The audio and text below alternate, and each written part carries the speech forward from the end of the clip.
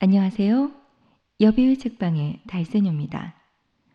오늘 달세뇨가 읽어드릴 책은 20세기 미국 최고의 작가 중 한 명으로 꼽히는 프랜시스 스콧 피츠제럴드의 벤자민 버튼의 시간은 거꾸로 간다입니다. 세상의 시계에서 혼자만 거꾸로 흘러가는 벤자민 버튼의 삶을 통해 작가는 나이 드는 것을 두려워하고 젊음을 동경하는 인간들의 심리를 잘 보여주고 있습니다. 인생은 처음이 제일 좋고 끝이 제일 안 좋다는 마크 트웨인의 말에 영감을 받아 쓰여진 벤자민 버튼의 시간은 거꾸로 간다. 시작하겠습니다.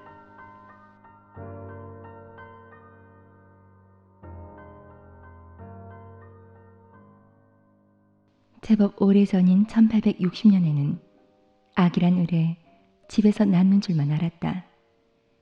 그런데 지구하신 의학의 신께서 악의 첫 울음소리가 소독약 냄새 가득한 병원에서 들리게 하라고 명하신 후로 오늘날의 새로운 유행이 자리 잡았다고들 한다. 그러니까 1860년 어느 여름날 로저 버튼 부부가 첫 아이를 병원에서 낳기로 결정한 것은 그 시대의 유행을 무려 50년이나 앞지른 셈이었다. 이 시대착오적인 발상이 지금부터 이야기하려는 역사에 어떤 놀라운 결과를 불러올지 그들로서는 전혀 예상하지 못했던 것이다. 과연 무슨 일이 벌어졌을까? 이 사건에 대한 판단은 어디까지나 독자의 몫이다. 남북전쟁이 일어나기 전 볼티모어시에서 로저 버튼 집안은 사회적으로나 경제적으로 남들의 부러움을 사는 위치에 있었다. 그들은 남부지역 사람이면 누구나 알만한 이름 있는 가문들과 교류했고 남부연합회에 대거 포진한 귀족 집안들과 자신들이 동떨어진 부류가 아니라고 자부했다. 한편 출산이라는 매혹적이고 오래된 관습을 처음 경험하게 된 버튼 씨는 당연히 조바심이 났다. 그는 사내 아이가 태어나기를 바랐는데 코네티커주의 예일 대학이 커프라는 간단 명료한 애칭으로 불리는 것을 4년 전 처음 안 뒤로 그 대학에 아들을 보내고 싶었기 때문이다. 엄청난 사건이 발생하게 될 9월의 그날 아침, 버튼 씨는 6시에 부산하게 일어나 옷을 차려입고 흠잡을 데 없는 폭넓은 넥타이를 고쳐 맨 다음 밤의 어둠이 새 생명을 출산했는지 알아보기 위해 볼티모어 시내를 가로질러 병원으로 향했다. 신사숙녀를 위한 메릴랜드 사립병원을 100m쯤 앞뒀을 때 버튼 집안의 주치 킴 박사가 모든 의사들에게 그들 전문직에 불문율로 요구되는 동작을 취하며 양손을 씻듯이 매만지며 병원 현관의 계단을 내려서는 것이 보였다. 로저 버튼 철물 도매상 사장인 로저 버튼은 그 시절에 세련된 남부 신사다운 품위를 여지없이 내팽개치고서 킴 박사를 향해 허겁지겁 달려갔다. 킴 박사님! 아이고 박사님! 박사는 자신을 부르는 소리를 듣자 주위를 살폈는데 버튼 씨가 다가오기를 기다리는 동안 의사다운 냉엄한 얼굴이 묘하게 일그러졌다. 어떻게 됐습니까? 버튼 씨는 숨을 헐떡이며 다급하게 물었다. 뭔가요? 아내는요? 아들이에요? 뭐가 나왔죠? 어떤 게? 품위를 지키시게. 킴 박사가 날카롭게 말했다. 박사는 평소와 달라 보였다. 아기는 나왔나요? 버튼 씨가 간절하게 물었다. 킴 박사는 얼굴이 찡그렸다. 아니 그래 말하자면 그런 것 같네. 박사는 또다시 묘한 눈길로 버튼 씨를 쳐다봤다. 아내는 괜찮은가요? 그럼 아들인가요 딸인가요? 그만하게. 박사는 여전히 짜증이 난 듯 소리를 빽 질렀다. 지금 당장 자네가 가서 직접 보게. 기가 막히니까. 박사는 마지막 말을 단번에 내뱉고는 돌아서서 중얼거렸다. 자넨 이번 일이 의사인 내게 무슨 도움이 될 줄 아나. 한 번만 더 이런 일이 있다간 난 망하고 말 거야. 누군들 안 그러겠나? 무슨 문제라도? 간절하게 묻던 버튼 씨는 흠칫 놀랐다. 새 쌍둥이군요.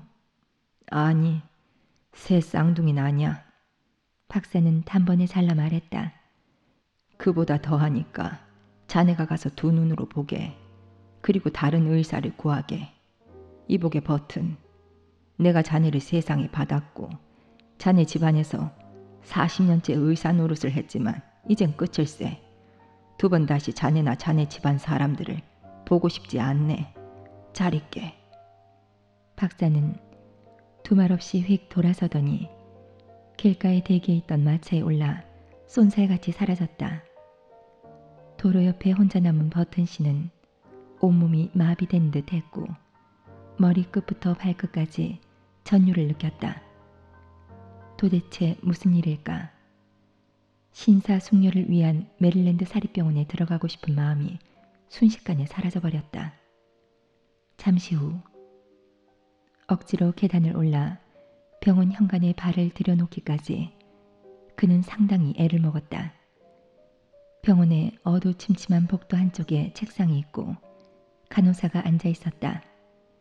버튼 씨는 용기를 내서 간호사에게 다가갔다. 어서 오세요. 간호사가 반갑게 맞으며 인사를 했다. 안녕하시오. 난 버튼이라고 하오만. 버튼 씨의 말이 떨어지기가 무섭게 간호사의 앳된 얼굴에 완전히 당황한 기색이 어렸다. 간호사는 자리에서 벌떡 일어났으며 당장 복도로 달아날송 싶었는데 그러지 않으려고 애를 쓰는 것이 역력해 보였다. 내 아기를 봤으면 하오. 버튼 씨가 말했다. 간호사의 입에서 약한 비명이 흘러나왔다. 아, 물론이죠. 그녀는 발작하듯 외쳤다. 2층이요. 바로 2층이에요. 올라가세요. 간호사가 방향을 가리켰고 식은 땀에 흠뻑 젖은 버튼 씨는 머뭇머뭇 몸을 돌려 2층으로 가는 계단을 올랐다. 2층 복도에서 대야를 들고 다가오는 다른 간호사가 있어서 그는 다시 말을 붙였다. 나는 버튼이라고 합니다만. 그는 또박또박 말하려고 상당히 애를 썼다. 내 아기를 봤으면 하는데. 찰커덩. 대야가 바닥에 떨어지더니 계단이 있는 쪽으로 굴러갔다. 철컹철컹. 마치 이 신사 양반이 병원에 막연한 공포라도 불러왔다는 듯이 불길하고 규칙적인 굉음이 건물 전체에 울려 퍼졌다. 아기를 보고 싶다고. 버튼 씨는 거의 외치다시피 했다.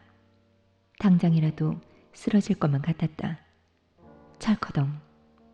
대야는 마침내 1층에 닿았고 그제야 간호사는 제정신을 차린 듯 아주 못마땅한 눈으로 버튼 씨를 쳐다봤다. 그러셔야죠, 버튼 씨. 간호사가 말했다. 잘 됐네요. 그렇지만 오늘 아침 저희 병원에 무슨 난리가 났는지는 아셔야 할 거예요. 아주 기가 막히니까요. 이제 저희 병원이 어떤 소문에 시달릴지. 얼른! 정말 더는 못 기다리겠소. 버튼 씨가 호통을 쳤다. 그럼 버튼 씨, 이리 따라오세요. 그는 간호사를 따라 겨우 몸을 이끌었다. 긴 복도의 끝자락에 이르자 가지각색의 울음소리가 터져나오는 방이 있었다. 확실히 그곳은 호일 전문 용어로 울음방으로 불릴 만한 곳이었다. 버튼 씨와 간호사는 그 방에 들어갔다. 방에는 흰색 에나멜을 칠한 바퀴 달린 아기 침대 6개가 벽을 따라 줄지어 놓여 있고 침대 끝에 이름표가 제각각 붙어 있었다. 내 아기가 어딨소?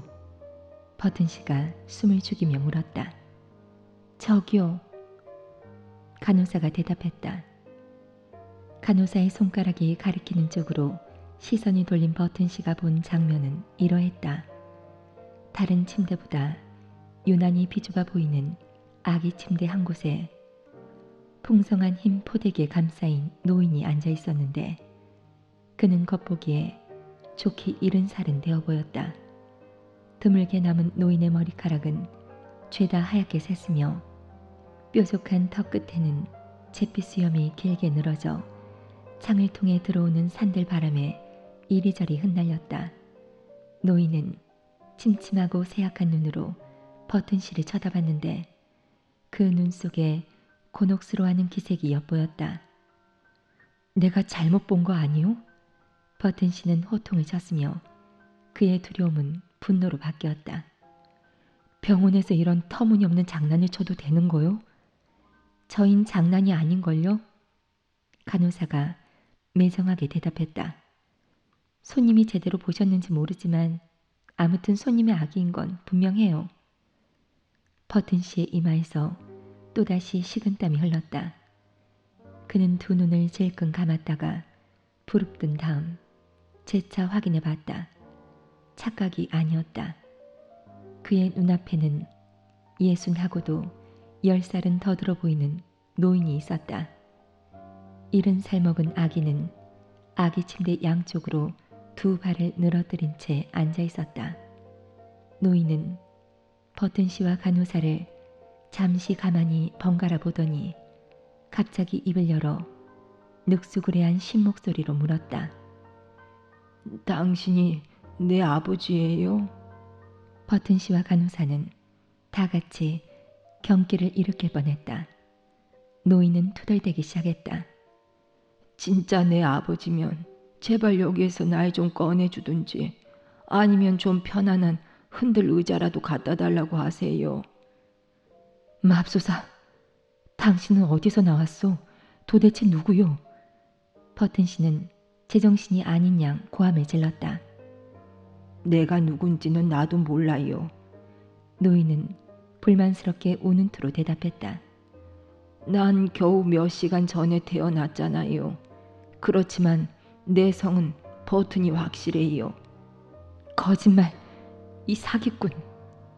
노인은 피곤한 표정으로 간호사를 돌아보더니 새약한 목소리로 불평을 터뜨렸다.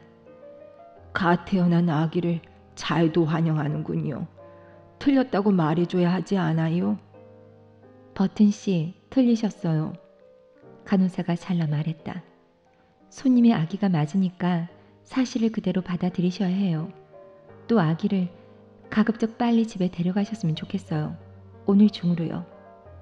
집에 데려가라고? 버튼 씨는 믿을 수 없다는 듯 말했다. 그래요. 여기서 저희가 데리고 있을 수는 없어요. 정말로 그럴 수는 없다고요. 아시겠어요? 듣던 중 반가운 소리네요.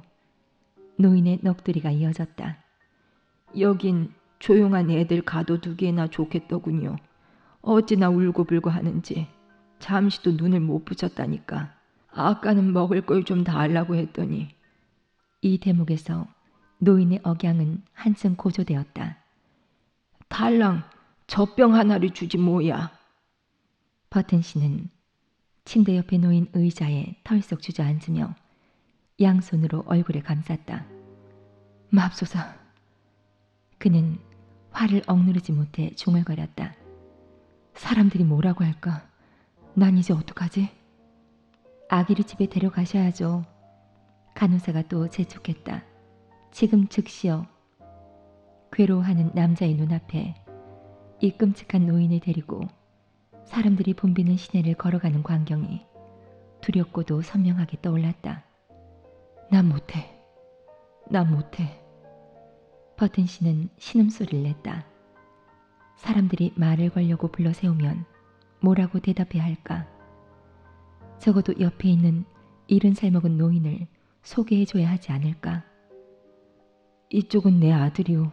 오늘 아침 일찍 태어났다오. 라고. 그러면 노인은 포대기를 둘러쓴 채로 몸을 더 웅크릴 테고 두 사람은 터벅터벅 걸어서 복잡한 상점 앞을 지나 노예 시장을 지나 순간적으로 버튼 씨는 아기가 차라리 흑인이면 좋았을 걸 하고 생각했다. 으리으리한 주택들을 지나 경로당을 지나 어서요. 떠날 채비를 하세요. 간호사가 명령조로 말했다. 잠시만. 노인이 갑자기 큰 소리로 말했다. 설마 내가 이 포대기를 뒤집어 쓴 채로 집에 갈 거라고 생각하진 않겠죠. 그건 완전 착각이에요. 아기들은 언제나 포대기를 두르는 거야.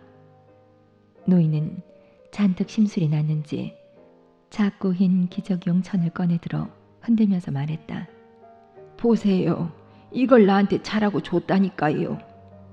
아기들은 전부 그런 기저귀를 차는 거야. 간호사가 새침하게 말을 받았다.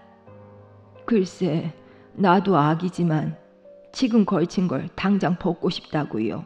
이 포대기는 근지러워요. 차라리 수의를 걸치는 게 낫겠다고요. 알았어. 알았다고. 버튼 씨는 서둘러 말을 끊고서 간호사에게 물었다. 내가 어떻게 하면 좋겠소? 시내에 나가서 아드님에게 입힐 옷을 사오세요. 복도로 나서는 버튼 씨의 뒤에서 아들의 목소리가 들렸다. 그리고 지팡이도요, 아버지. 지팡이가 있으면 좋겠어요. 버튼 씨는 바깥에서 문을 쾅 하고 사정없이 닫아버렸다. 안녕하쇼. 체서피크 의류점에 들어선 버튼 씨는 점원에게 신경질적으로 말을 건넸다. 애한테 입힐 옷을 살 거요. 나이가 몇 살입니까? 그는 잘 생각해보지도 않고 대답했다. 6시간 됐소. 유아용 의류는 뒤쪽으로 가셔야 합니다. 아니, 틀렸소. 내 말은 그게 아니라 애가 덩치가 꽤 크거든요. 특이할 만큼 커요. 뒤쪽에도 치수가 큰 옷이 있습니다. 아동복은 어느 쪽이요? 버튼 씨는 다급하게 발을 굴렀다. 자신의 수치스러운 비밀을 점원이 눈치챈 것만 같았다. 바로 여기입니다. 그는 머뭇거렸다. 자신의 아기에게 어른 옷을 입힐 생각을 하자 비위가 상했다. 만약 치수가 아주 큰 아동복을 찾아낼 수 있다면 그 길고 흉하게 늘어진 수염을 잘라내고 흰 머리를 갈색으로 물들인다면 적어도 최악의 상황은 면할지도 모르고 어쩌면 볼티모어 사교계에서 자신의 체면은 물론이고 자존심도 웬만큼 지킬 수 있을지 모른다는 생각이 들었다. 그렇지만 아동복 매장을 아무리 뒤져도 갓 태어난 버튼에게 맞을 만한 옷은 보이지 않았다. 물론 그는 가게를 탓했는데 이런 경우 옷가게에 비난의 화살을 돌리는 것은 당연했다. 아드님 나이가 몇이라고 하셨습니까? 그 애는 16이요. 아, 제가 잘못 들었군요. 아까는 6시간 됐다고 말씀하신 줄 알았습니다. 청소년복은 복도 건너편 매장으로 가셔야 하거든요. 버튼 씨는 참담한 심정으로 몸을 돌렸다. 그러다가 대뜸 멈춰 서더니 얼굴이 환해지면서 창가에 서 있는 전시 인형을 손으로 가리켰다. 저거요. 그는 탄성을 질렀다. 저기 저 인형이 입은 옷을 사겠소. 점원은 그를 빤히 쳐다보고는 군소리를 늘어놓기 시작했다. 예, 손님? 저 옷은 아동복이 아닙니다. 아무리 그래도 무도회장에서나 입을 옷인걸요. 차라리 손님이 입으셔도 될 겁니다. 얼른 사줘요. 버튼 씨는 조급하게 고집을 부렸다. 내가 찾는 게 저거니까. 점원은 어리동절해하면서도 버튼의 말을 그대로 따랐다. 병원에 돌아온 버튼 씨는 신생아실에 들어서자마자 아들에게 옷을 내던지다시피 했다. 네 옷이다. 말투는 냉랭했다. 노인은 포장을 풀고 당황스러운 표정으로 내용물을 봤다. 이건 조금 우스꽝스러워 보여요. 난 놀림감이 되기 싫은데. 노인이 투덜거렸다. 네가 벌써 날 놀림감으로 만들었어. 버튼 씨가 사납게 꾸짖었다. 우스워 보여도 신경 쓰지 마. 입어. 안 그러면 볼기짝을 때려줄 테니까. 마지막 말을 입 밖에 낼 때 그는 조금 망설였는데 그래도 그렇게 말해야 타당할 것 같았다. 알았어요, 아버지. 자식으로서 당연히 부모를 공경한다는 식의 이상 야릇한 말투였다. 아버지가 저보다 오래 사셨으니 아버지가 오르시겠죠. 말씀대로 할게요. 처음에도 그랬지만 버튼 씨는 아버지라고 부르는 소리를 듣자 또다시 경기를 일으킬 것 같았다. 빨리 입어. 빨리 입고 있어요, 아버지. 옷을 다 갖춰 입은 아들을 본 버튼 씨는 표정이 우울해졌다. 노인은 줄무늬 양말에 연분홍색 바지, 희고 넓은 깃이 달린 줄무늬 블라우스 차림이었다. 블라우스 깃을 덮은 채로 나붓기는 길고 허연 수염은 허리까지 닿았다. 모양새가 탐탁지 않았다. 기다려. 버튼 씨는 병원용 과일을 집어들더니 손을 재빠르게 3번 놀려 노인의 수염을 대부분 잘라냈다. 그렇게 해서 조금 나아지기는 했지만 그래도 여전히 전체적으로 조화가 맞지 않았다. 삐죽삐죽 솟은 턱수염, 축축한 눈매, 쪼글쪼글한 인매는 화사한 복장과 기묘하게 어긋났다. 그렇지만 버튼 씨는 완고했다. 그는 한 손을 내밀며 단호하게 말했다. 가자. 아들은 아버지의 손을 주저하지 않고 잡았다. 아빠, 저를 뭐라고 부를 거예요? 방을 나오면서 아들이 떨리는 목소리로 물었다. 좋은 이름을 정할 때까지는 계속해서 그냥 아기인가요? 나도 모른다.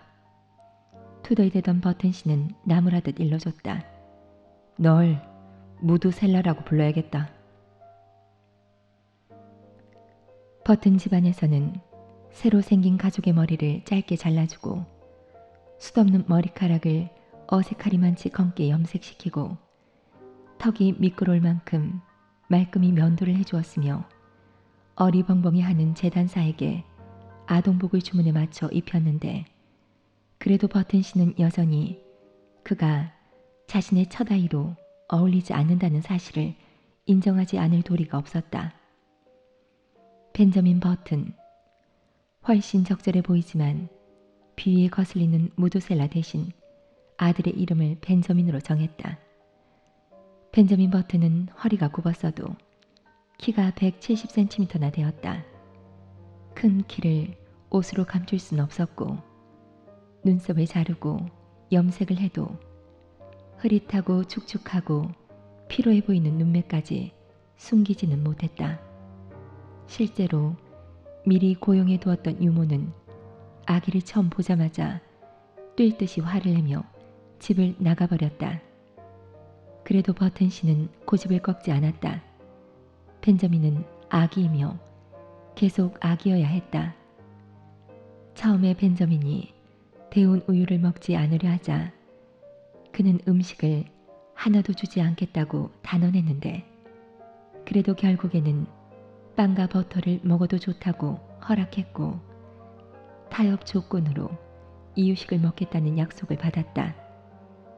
하루는 집에 딸랑이를 사와서 벤저민에게 건네주며 더할 나위 없이 분명한 말투로 가지고 놀아 라고 시켰다. 노인은 짜증난 표정으로 딸랑이를 받아들었고 하루에 몇 차례 간격을 두고 딸랑거리는 소리를 의무적으로 냈다. 아무튼 벤저민에게 딸랑이가 무척 지루했음은 분명하지만 그 후 혼자 남은 벤저민이 더 좋은 오락거리를 찾아낸 것 또한 틀림없었다. 일례로 어느 날 버튼 씨는 자신이 지난 일주일 동안 평상시보다 담배를 유난히 많이 피웠음을 알았다. 이 현상은 며칠이 지난 뒤 아무런 기척 없이 아기 방에 들어갔다가 희미한 푸른 연기가 방 안에 자욱하고 벤저민이 죄지은 표정으로 짙은 색의 하바나 꽁초를 감추는 것을 보고서야 납득하게 되었다. 물론 이 일로 벤저민은 볼기짝을 심하게 얻어맞았지만 버튼 씨는 자신 역시 담배를 끊지 못하고 있음을 깨달았다. 그는 담배를 피우면 성장이 멎는 수가 있다며 경고를 주었다.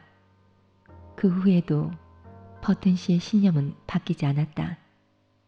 납으로 된 병정 인형을 집에 가져왔고 장난감 기차를 사왔으며 면으로 만든 크고 화려한 동물 인형도 구해왔다.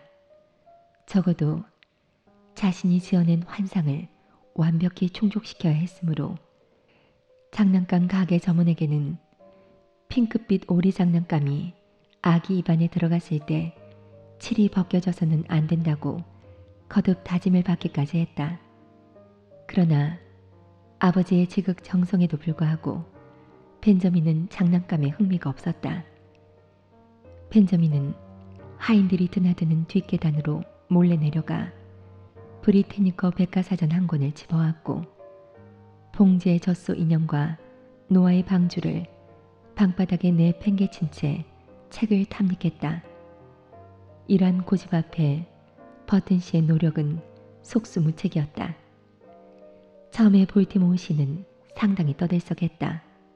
다만 벤저민 때문에 버튼 가족과 그의 일가 친척들이 사회적으로 어떤 불운을 겪었는지는 정확히 알 수 없는데 남북전쟁이 발발하면서 사람들의 관심이 온통 전쟁에 쏠렸기 때문이었다. 한치의 오차도 없이 예의가 바른 몇몇 사람들은 버튼 부부를 축하해 주려고 머리를 굴려야 했다. 그리고 급기야 아기가 할아버지를 닮았다고 하는 창의적인 발상을 떠올렸는데 노화 증상을 공통으로 겪는 70살 먹은 노인들이 하나같이 비슷해 보인다는 점에서 틀린 말은 아니었다. 그러나 버튼 부부는 그런 축하의 말이 달갑지 않았고 벤저민의 할아버지는 노발대발할 정도로 모욕감을 느꼈다. 병원에서 나온 뒤로 벤저민은 새로운 삶을 찾았다. 몇몇 꼬마 손님들이 그를 보러 오는 날에는 팽이놀이와 구슬치기에 흥미를 붙이려고 애를 쓰며 성가신 오후를 보냈다. 그러다가 한 번은 아주 우연히 돌멩이를 던졌다가 주방 창문을 단번에 깨트리는 사고를 쳤는데 이 일이 버튼 씨에게는 남모를 기쁨을 안겨주었다. 그날 이후 벤저민은 매일 하나씩 어떤 것을 부수려고 노력했다. 자신이 그런 행동을 하기를 바라는 사람들 때문에 또 그의 천성이 유순한 까닭에서였다. 할아버지가 손자에게 처음 느꼈던 적개심이 사라진 뒤로 벤저민과 할아버지는 자주 어울리며 꽤 즐겁게 지냈다. 두 사람은 몇 시간씩 함께 앉아 있었고 비록 나이와 경험의 차이가 컸지만 오래된 친구처럼 어울리며 단조롭고 지루하게 흐르는 일상에 관해 한결같은 이야기를 나누었다. 벤저민은 자신의 부모보다 할아버지와 있을 때가 더 편했다. 버튼 부부는 언제나 아들을 조금 겁내는 듯해서 부모로서 명령을 하긴 했어도 종종 벤저민의 이름 끝에 C자를 붙였다. 그가 태어날 때부터 정신적으로나 육체적으로 명백히 조숙해 보인다는 사실은 다른 사람들뿐만 아니라 벤저민 자신에게도 의문이었다. 벤저민은 의학 잡지들을 두루 훑어봤지만 자신과 같은 사례는 기록을 찾을 수 없었다. 아버지의 명령으로 그는 또래 아이들과 어울리려는 순수한 시도를 했고 종종 위험하지 않은 놀이에 끼었다. 풋볼은 너무 어지러웠는데 혹시라도 약한 뼈가 부러져서 다시 붙지 않을까봐 무서웠다. 벤저민은 5살이 되자 유치원에 갔고 그곳에서 오렌지색 종이에 초록색 종이를 붙이고 색깔 지도를 짜맞추고 지겨운 마분지 목걸이 만드는 기술을 배웠다. 벤저민은 그런 놀이를 하다가 깜빡깜빡 조는 경향이 있어서 젊은 유치원 여선생을 짜증나고 놀라게 만들었다. 다행히 유치원 선생이 벤저민의 부모에게 불만을 털어놓은 덕분에 그는 유치원을 그만둘 수 있었다. 로저 버튼 부부는 친구들에게 벤저민이 아직 너무 어려서 그런 것 같다고 말했다. 그가 12살이 되자 버튼 부부는 아들에게 훨씬 익숙해졌다. 습관의 힘은 아주 강해서 부부는 자기네 아들이 여느 아이들과 더는 다를 것이 없다고 느끼게 되었고 유별나게 비정상적인 일이 있을 때만 그 사실을 떠올렸다. 그런데 12번째 생일을 치른 지 몇 주가 지난 어느 날 벤저민은 거울을 보다가 놀라운 사실을 발견했다. 혹은 발견했다고 생각했다. 그의 눈이 잘못되었을까? 아니면 12년의 세월이 흘러서 그동안 염색으로 감추었던 흰 머리카락이 정말 짙은 회색으로 바뀐 것일까? 그의 얼굴에 그물처럼 퍼졌던 잔주름이 정말 줄어든 것일까? 그의 피부 상태가 더 좋아지고 탄력도 생기고 불그스레한 기운마저 감도는 것이 진짜일까? 확실히 장담할 수는 없었다.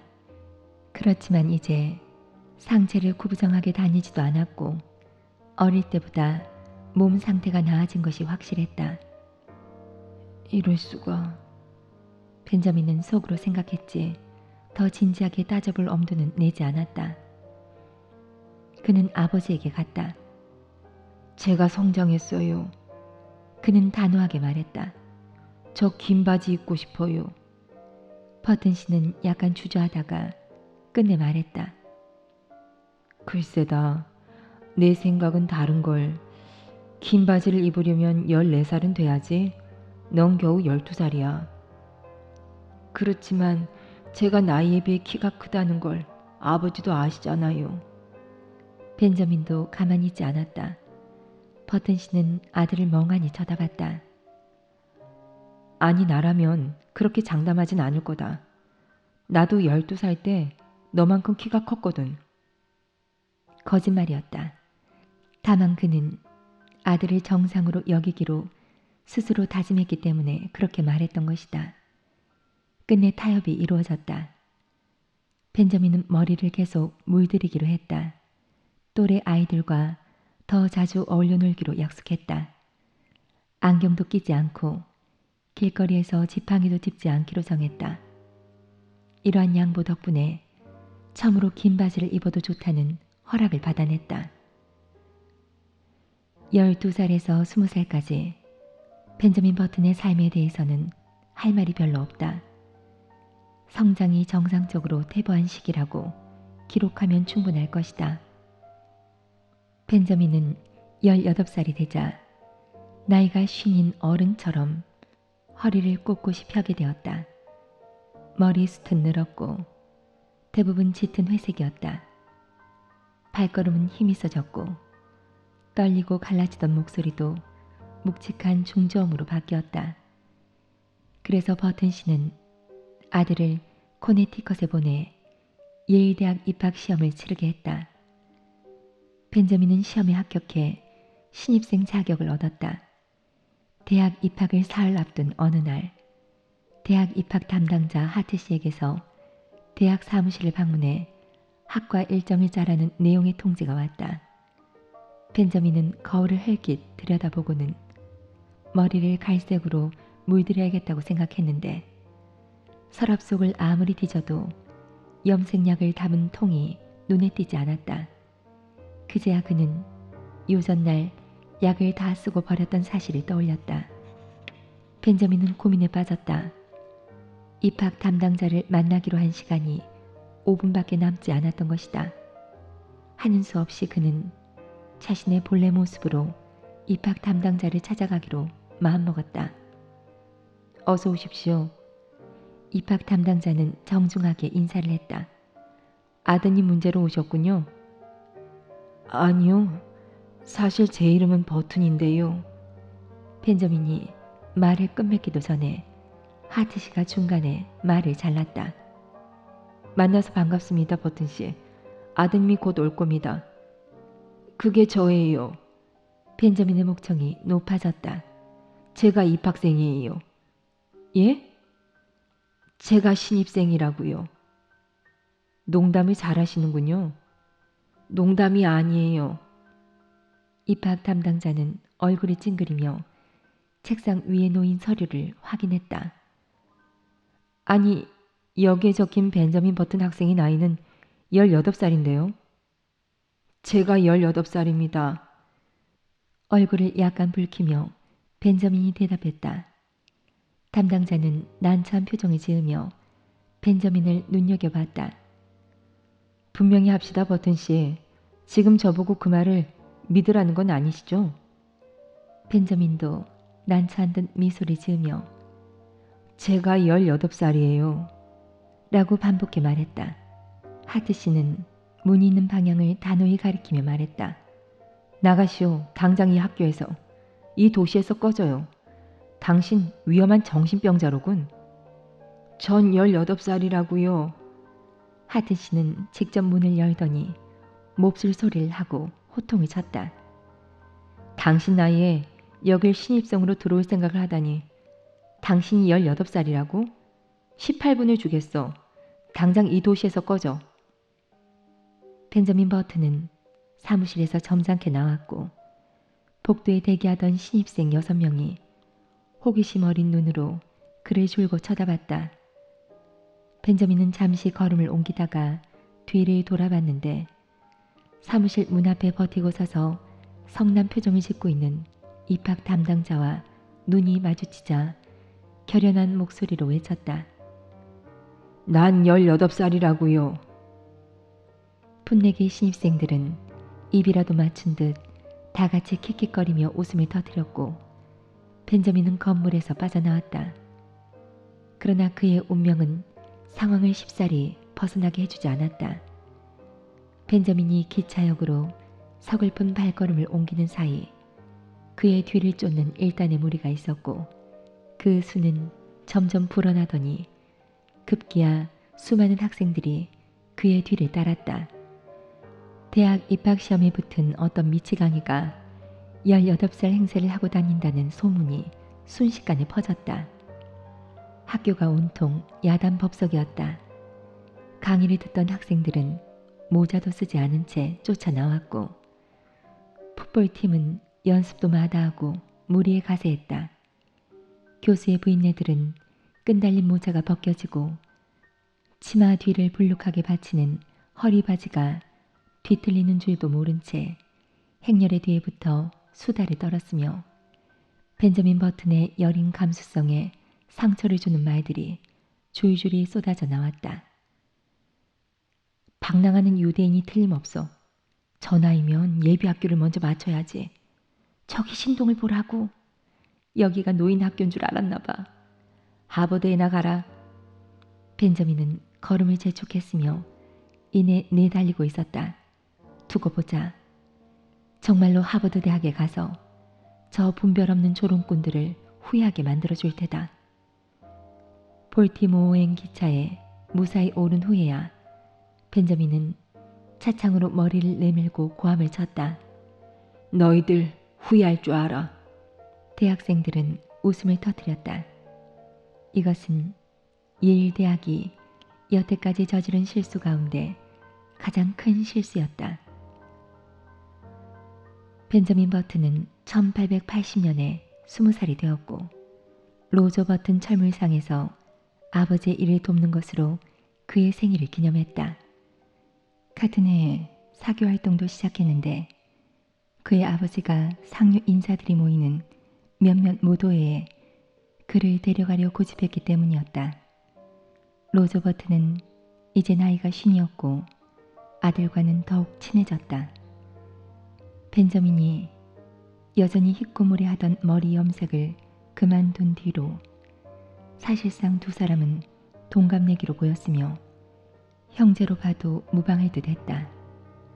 8월의 어느 날 밤 버튼 부자는 정장 차림으로 쌍두마차에 올라 무도회가 열리는 볼티모어 근교의 쉐블린 별장으로 마차를 몰았다.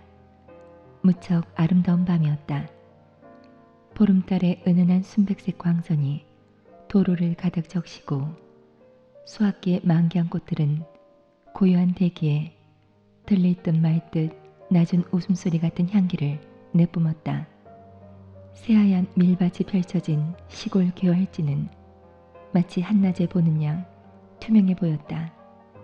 그 순수하고 아름다운 밤 풍경에 감동을 받지 않는다면 오히려 이상할 정도였다. 직물 사업이 전망이 좋다더구나. 로저 버튼이 말했다.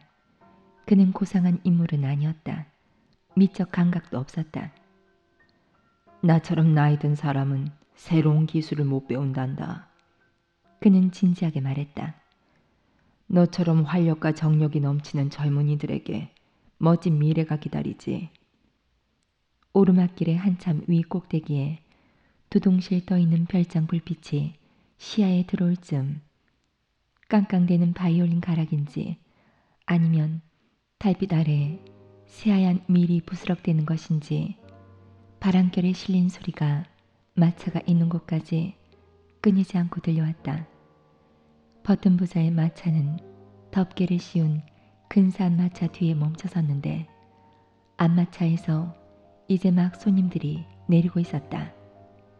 부인이 먼저 그리고 나이든 신사가 나왔고 마지막으로 몹시 아름다운 젊은 숙녀가 내렸다.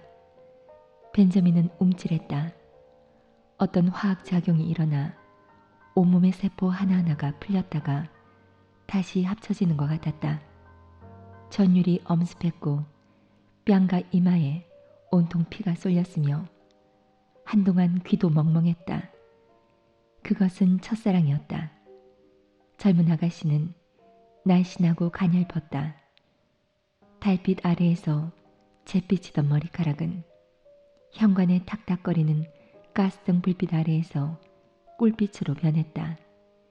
화사한 노란 바탕에 검은 나비가 새겨진 스페인산 망토를 어깨에 걸쳤으며 활짝 부풀린 드레스 자락 아래로 구두 단추가 반짝였다.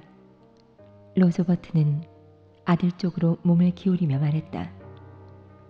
몽크리프 장군의 딸 힐데가르트 양이란다. 벤저민은 냉정하게 고개를 끄덕이고는 무심하게 말했다. 자꾸 귀엽네요. 그렇지만 잠시 뒤 흑인 소년이 마차를 이동시키고 나자 아버지, 소개해 주셔도 좋습니다. 라고 덧붙였다. 버튼 부자는 힐데가르트 양을 둘러싼 사람들 사이에 섞였다. 힐데가르트는 오래된 관례대로 벤저민에게도 공손하게 몸을 낮췄다. 당연히 그는 춤을 청했다.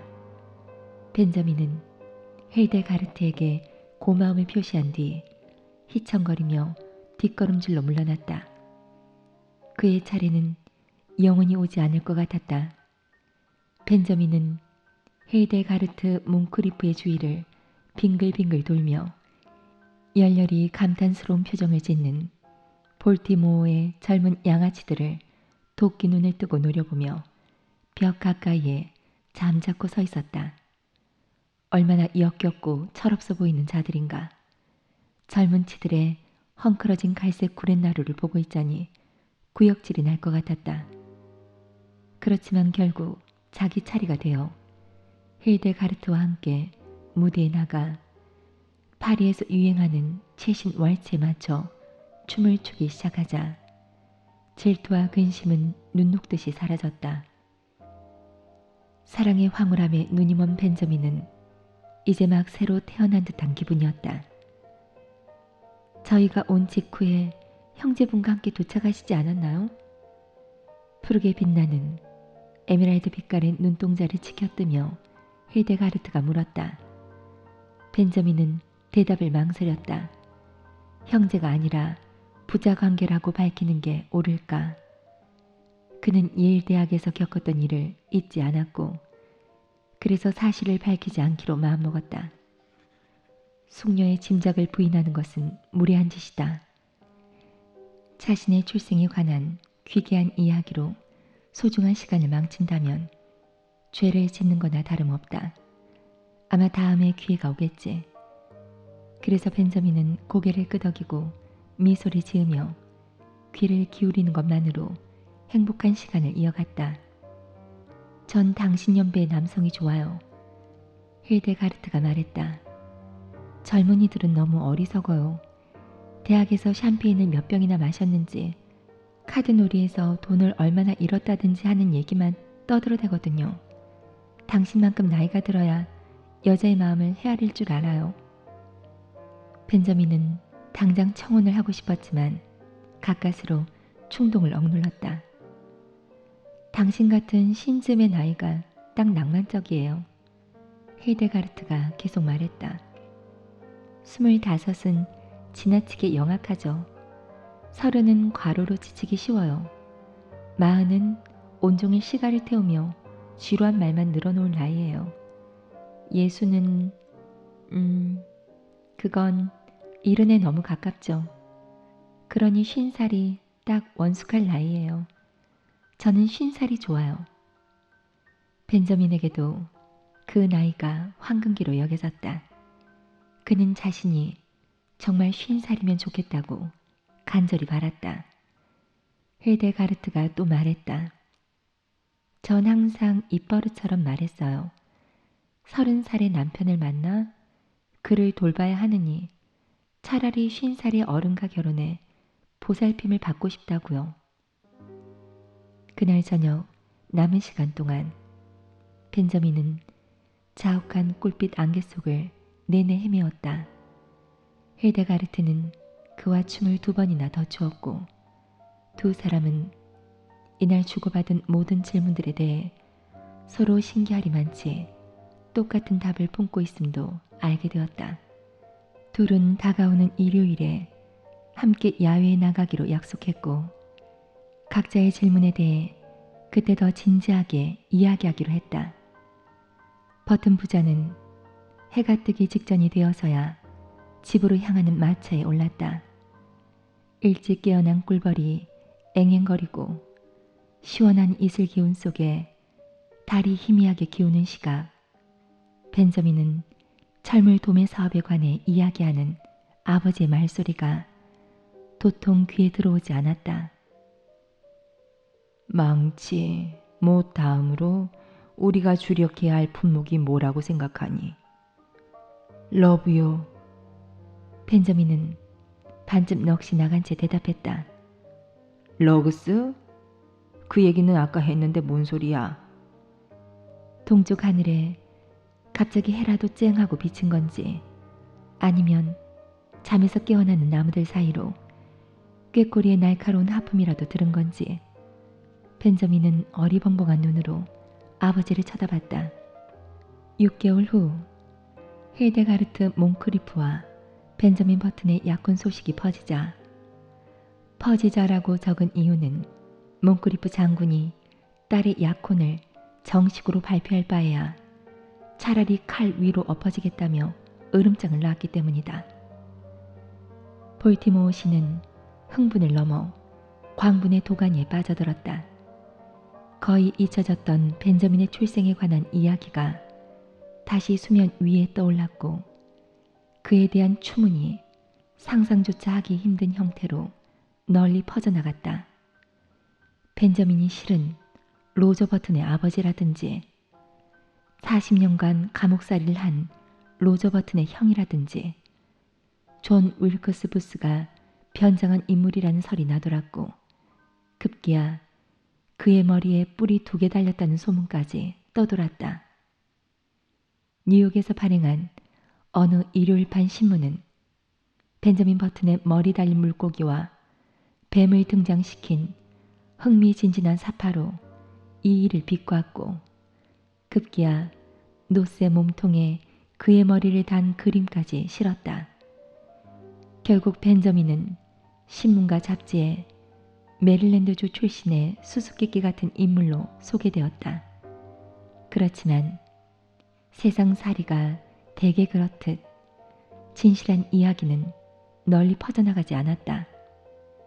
어쨌거나 볼티모어에 사는 남자라면 누구나 탐낼 법한 어여쁜 자기 딸을 확실히 신살이나 먹은 사내가 가로채가는 것은 범죄나 다름없다고 주장한 몽크리프 장군의 말에 토를 다는 사람은 아무도 없었다.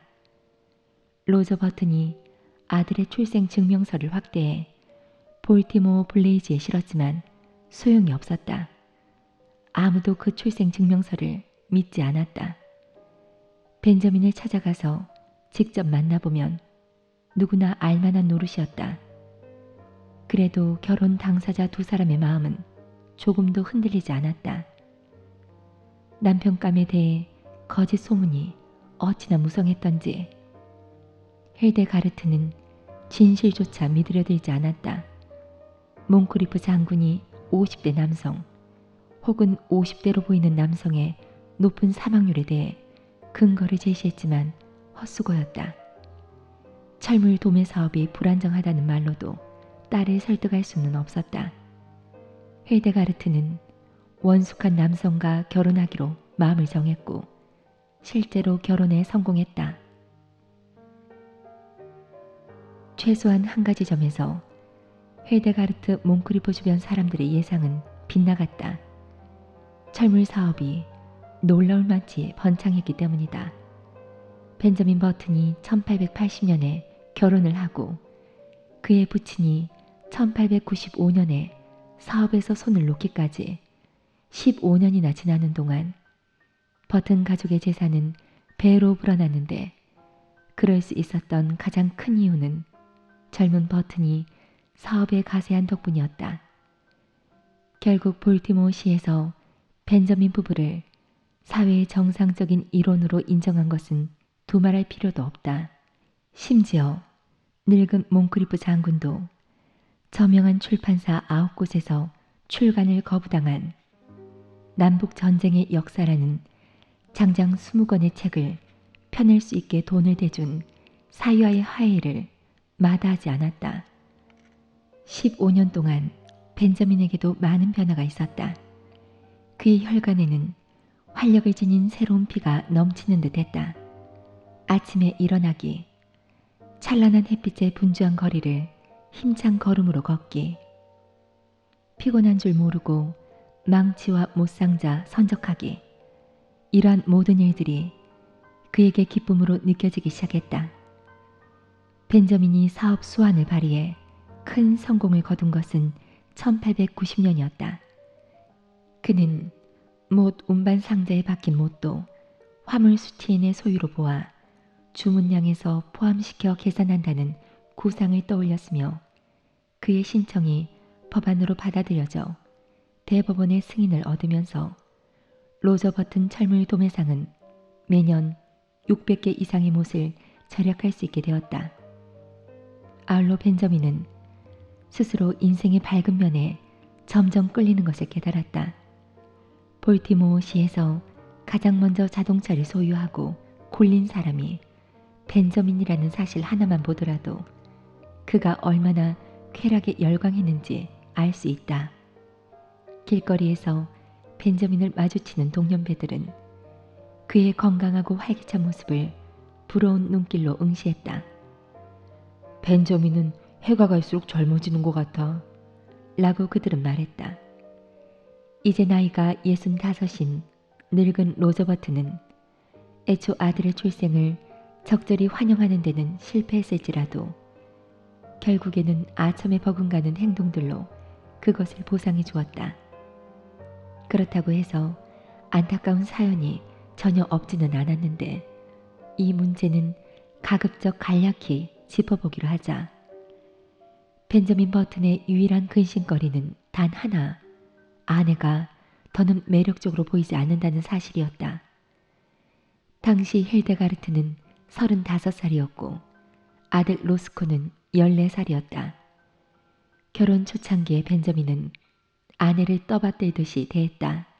그러나 세월이 흐르면서 아내의 꿀빛 머리카락은 칙칙한 갈색으로 변했고 푸른 에나멜 빛깔의 눈동자는 싸구려 도자기 색깔을 띠게 되었다. 무엇보다 더 큰 문제는 힐데가르트의 살아가는 방식이 너무 뻔하다는 점. 흥분했을 때조차 너무 평온하고 너무 차분하며 너무 생기가 없다는 점. 취향마저 지극히 얌전하다는 점이었다. 신혼 시절 벤저민을 무도회나 만찬에 이끈 것은 아내였지만 이제 상황은 바뀌었다. 힐데가르트는 사교적인 모임에 남편과 함께 참석해도 즐거워하는 기색이 없었고 어느 날 갑자기 우리네 삶에 달라붙어 죽을 때까지 머무는 영원한 무기력증에 사로잡혀버리고 말았다. 벤저민의 불만은 갈수록 커졌다. 1898년에 미국 스페인 전쟁이 일어났을 당시 그는 가정생활에 아무런 매력을 느끼지 못했고 그래서 군대에 가기로 결심했다. 사업의 영향력 덕분에 대위로 인간한 벤저민은 맡은 임무를 훌륭하게 소화해내 소령으로 진급했으며 유명한 산호한 언덕 점령 전투에는 중령으로 참전했다. 그는 전투에서 가벼운 부상을 입어 훈장까지 받았다. 군 생활의 활력과 자극에 크게 매료된 벤저민은 군대에 계속 남기를 바랐지만 집안의 사업 역시 모른 채 할 수만은 없었기에 군 생활을 그만두고 귀향길에 올랐다.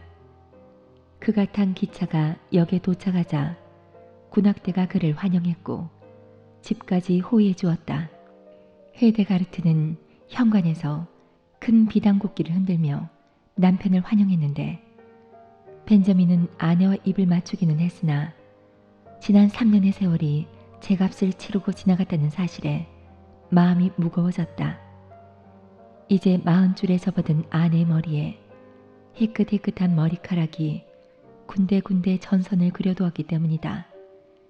그래서 그는 우울해졌다. 2층 방에 들어선 벤저민은 낯익은 거울에 비친 자신의 모습을 봤다. 그는 거울에 바짝 다가서서 불안한 표정으로 자신의 얼굴을 요모조모 뜯어보기까지 했다. 잠시 뒤 그는 군대에 가기 전 군복을 입고 찍은 옛날 사진과 거울에 비친 자신의 모습을 비교해 봤다. 맙소사, 그는 탄성을 질렀다. 그는 여전히 변하고 있었다. 거울 속의 자신이 정말 30살로밖에 보이지 않는다는 사실을 더는 부인할 수 없었다. 해가 갈수록 젊어진다는 생각에 기쁨보다 불안이 밀려왔다. 그는 자신의 실제 나이와 신체 나이가 똑같아진 뒤로 자신의 출생과 연관된 기괴한 증상이 그만 멈추기를 바랐다. 소름이 끼쳤다. 자신의 운명이 끔찍하고 믿기지도 않았다. 벤저민이 아래층에 내려가자 힐데가르트가 기다리고 있었다. 아내는 화가 난 것 같았다. 벤저민은 마침내 그녀가 무언가 수상하다고 눈치챘을지도 모른다고 생각했다. 저녁을 먹는 자리에서 벤저민이 이 문제를 나름 조심스레 입 밖에 낸 것은 어디까지나 두 사람 사이의 긴장을 줄여보려는 노력에서였다. 벤저민은 슬쩍 말을 건넸다. 글쎄 사람들이 전부 나이더러 예전보다 젊어 보인다고 하더군. 힐데가르트는 비웃듯이 남편을 쳐다봤고 콧방귀를 뀌며 말했다. 그걸 자랑이라고 하는 거예요? 자랑하려는 게 아니라 그는 초조하게 대꾸했다. 힐데가르트는 또 콧방귀를 뀌며 말했다. 그런 생각은 이제 충분히 그만둘 때도 됐다고 생각해요. 내가 뭘? 당신과 말다툼하려는 건 아니에요. 아내는 날카롭게 쏘아붙였다. 그렇지만 뭘 하든 간에 옳고 그른 건 따져봐야죠. 당신이 남들과 다르게 살기로 작정했다고 한들 내가 말릴 수 있다고도 생각하지 않아요. 그렇지만 그런 행동은 전혀 사려 깊지 않아요. 그렇지만 여보, 나도 어쩔 수 없어.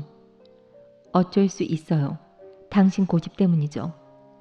당신은 스스로 다른 사람들처럼 살기 싫다고 생각하죠. 지금까지 그랬고 앞으로도 그럴 거예요. 그렇지만 생각을 좀 해봐요. 세상 사람들이 모두 당신 같으면 세상 꼴이 어떻게 되겠어요?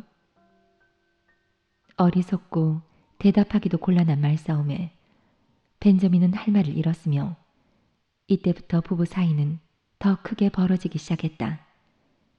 벤저민은 도대체 자신이 왜 이런 여자에게 매력을 느꼈는지 의아할 따름이었다. 한편 부부 관계의 불화뿐 아니라 새로운 세계에 접어든 이후 벤저민은 삶을 즐기고픈 욕구가 한층 강해진 것을 알았다. 볼티모어 시에서 열리는 파티라면 종류를 불문하고 어디에서든 벤저민을 볼 수 있었다.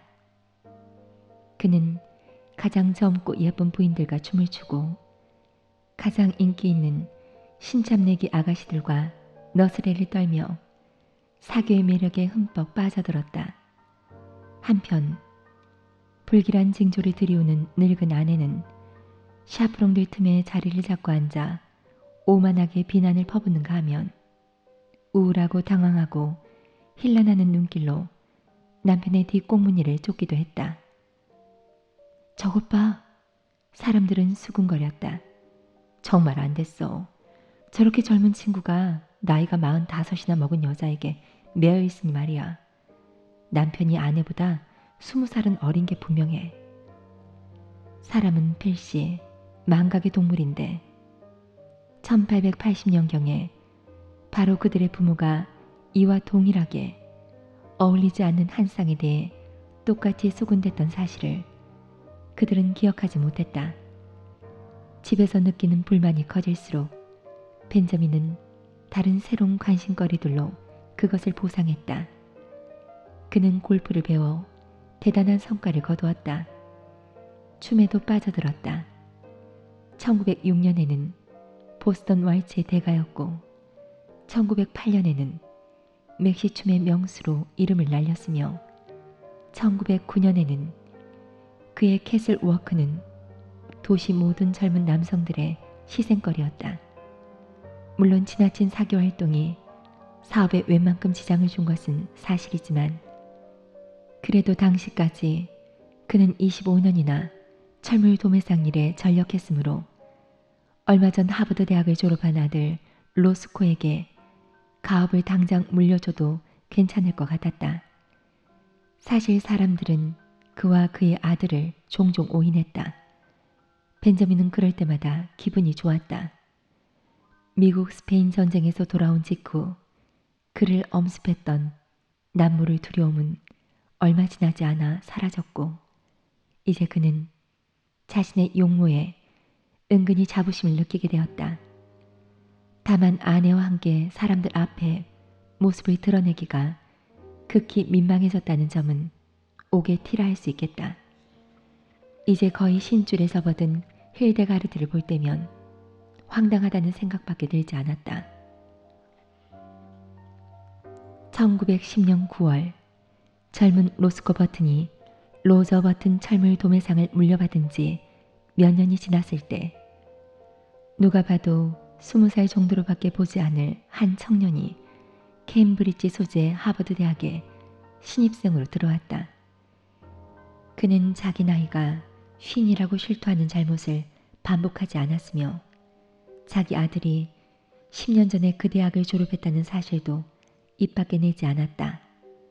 청년은 거의 대학에 입학한 순간부터 남다른 주목을 받았는데 그것은 18살이 보통인 다른 학생들보다 나이가 조금 더 들어 보인다는 사소한 이유에서였다. 그렇지만 그가 성공할 수 있었던 가장 큰 이유는 예일 대학가의 풋볼 시합에서 뛰어난 활약을 보여준 때문이었다. 그는 대단히 냉정하고 무자비한 적개심으로 무장한 채 수없이 몸을 들이받았고 터치다운을 7번, 필드골을 14점이나 얻어내는가 하면 예일대학 선수 11명 전원이 의식을 잃고 경기장에 실려 나가도록 고군분투했다. 그는 학교에서 가장 촉망받는 학생이 되었다. 이상하게 들릴지 모르지만 3학년이 되면서 그는 팀에 별로 공헌하지 못했다. 코치들은 그가 무게감을 잃었다고 말했는데 사실 눈썰미 뛰어난 몇몇 코치의 눈에는 그의 키가 예전만큼 커 보이지 않았다. 그는 터치다운을 따내지도 못했다. 실상 그가 팀에 계속 남은 이유는 그의 엄청난 명성만으로도 예일대학 팀의 공포와 혼란을 야기할 수 있을지 모른다는 희망 때문이었다. 그는 4학년이 되자 팀에 전혀 도움이 되지 않았다. 체격은 더 호리호리해지고 약해져서 어느 날 새로 들어온 2학년생에게 자리를 빼앗겼고 그 일로 심한 굴욕감을 느껴야 했다. 한편 그는 신동처럼 여겨져서 학과 내 몇몇 비속한 그부들을 보고 충격을 받는 경우가 종종 있었다. 학과 공부는 갈수록 어려워졌는데 그에게는 학문이 너무 앞서가는 것 같았다. 그는 학과 친구들 가운데 많은 수가 대학에 들어가기 전 세인트 마이더스라는 명문 예비학교를 거쳤다는 말을 들은 적이 있었다. 그래서 대학을 졸업한 뒤 그곳에 들어갈 결심을 했는데 자신과 체격이 비슷한 소년들 사이에서 보호를 받으며 생활하는 것이 적절할 것 같았기 때문이다. 1914년에 대학을 마친 벤저민은 하버드 졸업장을 호주머니에 넣은 채 볼티모어의 고향집으로 돌아왔다. 이 무렵 힐데가르트는 이탈리아에 머물렀기 때문에 벤저민은 아들 로스코와 함께 지내게 되었다. 집에서는 그를 대강 환영하는 분위기였으나 아버지를 대하는 로스코에게서 진심 어린 표정은 찾아볼 수 없다는 점이 분명했다. 심지어 사춘기 청소년처럼 공상에 잠겨 집안을 맥없이 돌아다니는 아버지를 아들의 입장에서 걸림돌로 여기는 것이 눈에 뻔히 보일 정도였다. 이미 결혼을 해서 가정을 꾸린 로스코는 볼티모어에서 유명 인사였고 집안 일과 관련된 소문이 바깥에 함부로 새어나가는 것을 바라지 않았다. 벤저민은 이제 더는 사교계의 신참내기 아가씨들과 젊은 대학생 무리에게서 환영받는 인물이 아니었고 가끔씩 이웃에 사는 14살 소년 서너 명과 어울릴 때를 빼면 혼자 남겨지는 시간이 많았다. 예비 학교에 가려던 결심이 다시 떠올랐다. 아들아, 내가 예비 학교에 가고 싶다고 몇 번이나 말했니? 어느 날 그는 로스코에게 말을 걸었다. 글쎄 가시라니까요. 로스코는 짤막하게 대답했다. 로스코는 이 문제를 성가시게 여겼고 그래서 길게 이야기할 마음이 없었다. 나 혼자서는 못 가. 벤저민은 어쩔 수 없이 털어놨다. 네가 나를 데리고 가서 입학시켜줘야 한단 말이다. 그럴 여유가 없어요. 로스코의 대답은 퉁명스러웠다. 그는 눈을 가늘게 뜨며 거북한 표정으로 아버지를 쳐다봤다. 전 정말 아버지가 이 문제를 더는 오래 끌지 않았으면 좋겠어요. 이제 그만하셨으면 좋겠다고요. 아버진 로스코는 잠시 말을 끊었고 적당한 말을 찾는 사이 얼굴이 붉게 달아올랐다. 주위를 둘러보고 제대로 좀 사시란 말이에요. 장난치고는 너무 지나쳐요. 하나도 재미있지 않다고요. 아버지면 아버지답게 처신하란 말입니다. 아들을 바라보는 벤저민의 눈에 눈물이 글썽였다. 그리고 또 하나, 집에 손님이 오면 저를 삼촌이라고 불렀으면 좋겠어요. 로스코가 아니라 삼촌이요. 아시겠어요? 15살 먹은 애가 제 이름을 함부로 부르는 꼴이 얼마나 황당해 보이는 줄 아세요? 아예 지금부터 항상 저를 삼촌이라고 불러요. 부르다 보면 곧 익숙해질 거예요. 로스코는 아버지를 매섭게 노려보고는 뒤돌아서 나가버렸다. 아들과의 대화가 무산되자 벤저민은 2층에서 우울하게 돌아다니다가 거울 속에 자신을 보았다. 벌써 석 달째 면도를 하지 않았지만 그의 얼굴에는 손댈 필요도 없어 보이는 하얀 솜털 말고는 아무것도 없었다. 대학을 마치고 처음 집에 도착했을 때 로스코는 그에게 안경을 끼고 뺨에 가짜 수염을 붙일 것을 제안했는데 그 순간 벤저민은 어린 시절의 우스꽝스러운 짓이 또다시 반복되는가 싶었다. 수염은 따끔거렸고 창피한 생각마저 들었다. 그가 눈물을 보이는 통에 로스코는 마지못해 물러나섰다. 벤저민은 비니미만의 보이스카우트라는 책을 꺼내서 읽어나갔다. 그러자 전쟁에 대한 생각이 자꾸 떠올랐다. 미국은 한 달 전 연합국에 가담했다. 벤저민은 입대하고 싶었지만 군에 가려면 최소한 16살이 돼야 했다. 그는 그 정도로 보이지 않았는데 실제 나이도 57이었기 때문에 아무튼 군대에 가기에는 부적격했다. 이때 문을 두드리는 소리가 났다. 집사가 커다란 정부 소인이 찍혀있고 한쪽 구석에 벤저민의 이름이 적힌 편지를 전해주었다. 벤저민은 서둘러 겉봉을 뜯고 들뜬 심정으로 편지를 읽었다. 편지는 미국 스페인 전쟁 당시 복무한 다수의 예비역 장교들을 재소집해 진급시켜 복무하게 한다는 내용이었다. 또 벤저민을 육군 준장에 임명할 예정이니 즉시 연락하라고 적혀 있었다. 벤저민은 기쁨에 겨운 나머지 벌떡 일어나서 온몸을 부들부들 떨었다. 이것이 그가 바라던 것이었다. 그는 모자를 집어들었고 10분 후 찰스 거리의 한 대형 양복점 건물에 들어가서 자신감 없는 새된 목소리로 군복을 맞출 수 있느냐고 물었다. 왜 병종놀이 하려고? 점원이 무심코 말을 던졌다. 벤저민은 얼굴이 빨개졌다. 이봐요. 내가 뭘 하든 신경 끄시오. 그는 성난투로 받아쳤다. 내 이름은 버튼이고 번홍 강장에 살고 있소. 무슨 말인지 알겠소? 점원은 마지못해 수긍했다. 아니, 나는 혹시나 너 말고 네 아빠가 입으실 게 아닌가 해서 말이지. 벤저민은 몸치수를 쟀고 일주일 후 군복이 완성되었다.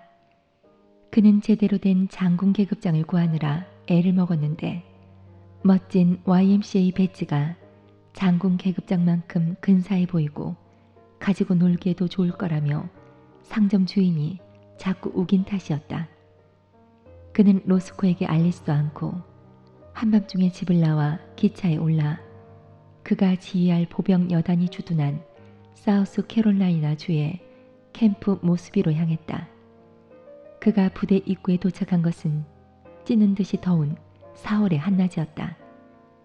그는 기차역에서 그곳까지 태워준 택시 운전수에게 요금을 지불한 뒤 보초를 서는 위병 쪽으로 돌아섰다. 내 짐을 가져갈 병사를 불러주게. 벤저민이 기운차게 말했다. 위병은 엄한 눈으로 그를 노려봤다. 예, 너 장군 복장을 하고서 어딜 가는 거냐? 미국 스페인 전쟁에 참전한 역전 용사 벤저민은 눈에 불을 켜고 병사를 이리저리 훑어봤는데 그러나 슬프게도 그의 목소리는 새된 소리로 바뀌었다. 차렷! 벤저민은 잿단에 천둥같이 고함을 질렀다. 잠시 숨을 가다듬는 사이 위병도 대뜸 발 뒤꿈치를 모으며 받들어 총 자세를 취했다. 벤저민은 흡족한 미소를 숨겼는데 주위를 흘깃 돌아보고 나서는 그 미소마저 잃고 말았다. 위병은 그에게 복종한 것이 아니라 말을 타고 다가오는 위풍당당한 포병 중령을 본 것이었다. 중령? 벤저민은 날카롭게 불렀다. 가까이 다가온 중령은 말 고삐를 당겼고 두 눈을 깜빡이며 벤저민을 차갑게 내려다봤다. 이 애는 누군가? 중령이 다정하게 물었다. 내가 누군지는 곧 알려주지. 벤저민은 악에 받쳐 소리를 질렀다. 말에서 내리게. 중령이 껄껄 웃음을 터뜨렸다. 아니, 말을 타고 싶은 건가요, 장군?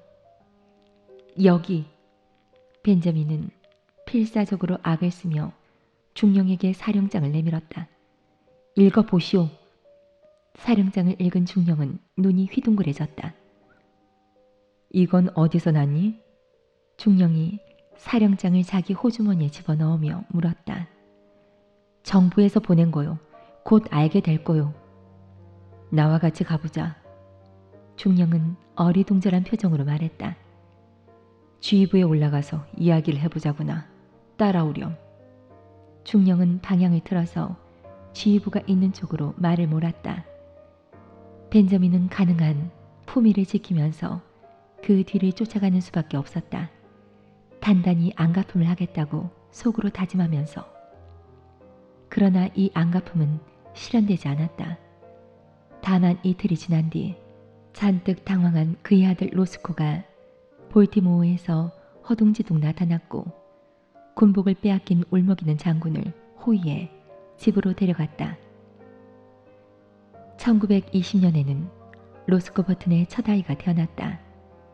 그런데 집안이 축하 잔치로 떠들썩했어도 잔치에 참석한 사람들 가운데 집 주변에서 장난감 병정과 서커스 모형을 가지고 노는 10살쯤 되어 보이는 조그맣고 단정치 못한 소년이 실은 갓 태어난 아기의 할아버지라고 말하는 것을 예의에 맞다고 생각하는 사람은 아무도 없었다. 사람들은 슬픔의 흔적이 내비치는 해맑고 명랑한 얼굴의 소년을 싫어하지는 않았는데 단지 로스코 버튼에게 소년은 골치 아픈 존재였다. 로스코에게는 자기 세대의 덕목에 비춰볼 때 이 문제가 능률적으로 여겨지지 않았다. 예순으로 보이기를 거부하는 아버지는 한 번도 로스코의 입버릇대로 표현하면 남자다운 어른으로 행동한 적이 없었고 언제나 유별나고 개팍하게만 굴었다. 정말로 이 문제를 30분만 곰곰이 생각해봐도 미칠 지경이었다. 로스코는 소신 있는 삶이 젊음을 유지해준다고 믿었지만 아버지처럼 도가 지나칠 경우 그것은 아주 비능률적이었다. 로스코는 그렇게밖에 결론내지 못했다. 5년이 지나자 로스코의 어린 아들은 벤저민과 놀 수 있을 만큼 자랐고 보모 한 사람이 두 아이를 돌보았다.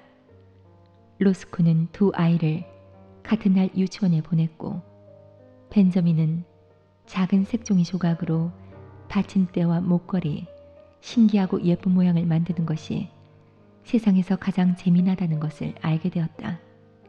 한 번은 말썽을 부려서 유치원 한쪽 구석에 가만히 선 채로 벌을 받았지만 그래서 울음을 터뜨리긴 했지만 그래도 유치원에서 보내는 시간들은 대체로 즐거웠다. 방에는 창을 통해 밝은 햇살이 들어왔으며 이따금 베일리 선생님은 부드러운 손으로 헝클어진 그의 머리를 쓰다듬어 주기도 했다. 1년이 지나자 로스코의 아들은 초등학교 1학년이 됐지만 벤저민은 여전히 유치원에 남았다. 벤저민은 무척 행복했다. 가끔씩 다른 꼬마들이 커서 뭐가 되겠다고 조잘될 때면 그의 조그만 얼굴은 어렴풋하고 천진한 모양의 그늘이 졌는데 그것은 자신에게 장차 그럴 기회가 오지 않을 것임을 알기 때문이었다. 세월은 단조롭게 흘러갔다. 그는 유치원을 3년 더 다녔으며 이제 너무 어려져서 화려한 색종이 조각을 어디에 쓰는지도 모르게 되었다. 다른 아이가 몸집이 더 크고 단지 겁이 난다는 이유로 울음을 터뜨리기도 했다. 선생님이 말을 걸어줬지만 이해하려고 해도 도무지 무슨 말인지 알 수가 없었다. 벤저민은 유치원에서 나왔다. 빳빳하게 달인 줄무늬 드레스 차림의 유모 나나가 그의 작은 세상의 중심이었다. 화창한 날에는 공원에 나갔다. 나나는 거대한 회색 괴물을 가리키며 코끼리라고 일러줬고 벤저민은 그대로 따라 말했다. 밤에 잠들기 전 나나가 옷을 벗겨주면 그는 나나를 보며 코끼리 코끼리 하고 반복해서 크게 부르기도 했다. 가끔씩 나나가 침대 위에서 폴짝폴짝 뛰게 해주었는데 그것도 재미났다. 왜냐하면 서 있는 상태에서 똑바로 앉으면 몸이 튕겨 오르며 다시 두 발로 서게 되고 또 길게 아 소리를 지르며 뛸 때는 이상하게 꺾인 경쾌한 소리가 나기 때문이었다. 벤저민은 옷걸이에 걸린 긴 지팡이를 들고서 입으로 땅땅땅 소리를 내면서 의자와 탁자를 때리고 돌아다니기를 좋아했다. 집에 손님이 올 때면 나이든 부인들이 그를 향해 꽂고 우는 소리를 내는 것이 흥미로웠고 젊은 숙녀들이 뽀뽀를 하려 들면 조금 지겨웠지만 온전히 받아주었다. 긴 하루를 끝마치는 오후 5시에는 나나와 함께 2층에 올라갔는데 나나는 숟가락으로 이유식과 죽같이 생긴 부드럽고 맛난 음식을 떠먹여줬다. 잠을 잘 때는 성가신 기억에 시달리지도 않았다. 용맹했던 대학 시절도 수많은 여자들의 가슴을 두근거리게 한 화려했던 시절도 떠오르지 않았다. 단지 아기 침대에 희고 안전한 벽이 있고 나나와 가끔씩 그를 보러 오는 한 남자 그리고 오렌지처럼 생긴 크고 둥근 공이 있었는데 나나는 어두워질 무렵이면 그의 침대 곁에서 공을 가리키며 해라고 일러줬다. 해가 사라지면 눈꺼풀이 무거워졌고 꿈을 꾸지도 꿈에 쫓기는 일도 없었다. 산호한 언덕에 오르려고 부하들의 선두에 서서 치렀던 험난한 전투.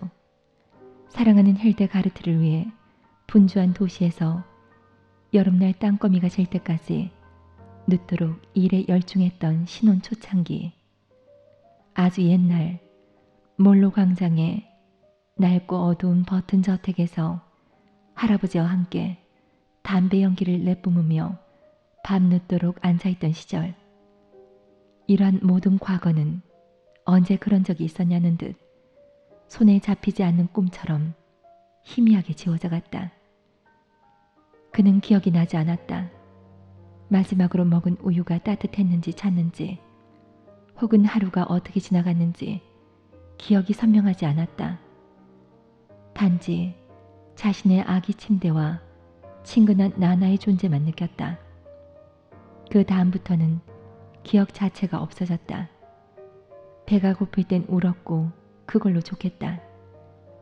밤낮으로 숨을 새근거리고 자신의 몸 위에서 부드럽게 우물거리거나 중얼거리는 소리를 거의 듣지도 못했으며 조금씩 다른 냄새와 빛과 어둠을 희미하게만 느꼈다. 그러다가 사방이 어두워졌다. 하얀 아기 침대, 머리 위에서 어른되는 흐릿한 얼굴들, 푸근하고 향긋한 전내는 그의 정신에서 완전히 지워졌다.